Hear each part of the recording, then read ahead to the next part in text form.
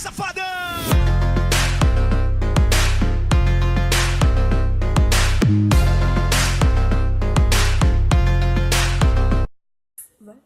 Fala galera, Coisa aqui, sejam bem-vindos a mais um vídeo dessa vez eu tô trazendo pro canal um vlog. E o vlog de hoje eu vou gravar pra vocês respondendo perguntas que vocês me mandam no Face, ó. Pronto. E a primeira a responder é a Fernanda Souza Machado, tá? Qual é essa meta no YouTube? Pronto. Minha meta no YouTube é mais ou menos ganhar a placa de 100 mil e já era. Pergunta do Giovanni Pessoa. Gustavo, você gosta de música? Mano, quem não gosta? Calma aí. Quem não gosta de música, tio? Deixa eu ver. A Miriam de Almeida Ramos. Você já pensou em largar o canal? Se sim, por quê? Eu já pensei em largar o canal porque quando eu comecei o canal, um monte de gente começou a me zoar, só por causa que minha voz é fina, todo mundo ficou... Aí eu já pensei em largar o canal e já era. Do Danilo Souza. Quero ver você comer canela.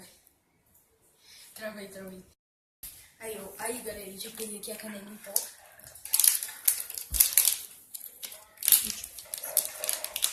Mano, o cheiro disso é louco.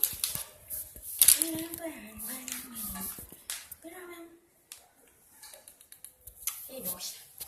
Preciso de ajudante. Vem aqui, calma, vem aqui. Segura aqui, colher. Segura assim. Cuidado pra não deixar cair.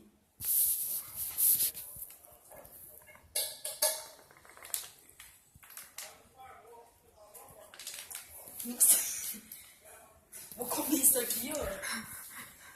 Porque eu fiquei sabendo que canela faz mal. Nossa. Tem que chupar. Chupar. Chupar. Cala a boca. Vai, 1, 2, Calma, deixa eu tirar esse negócio daqui. Segura aí, segura. 1, 2, 3 e vai. O vivo coloca. Coloca aqui, coloca.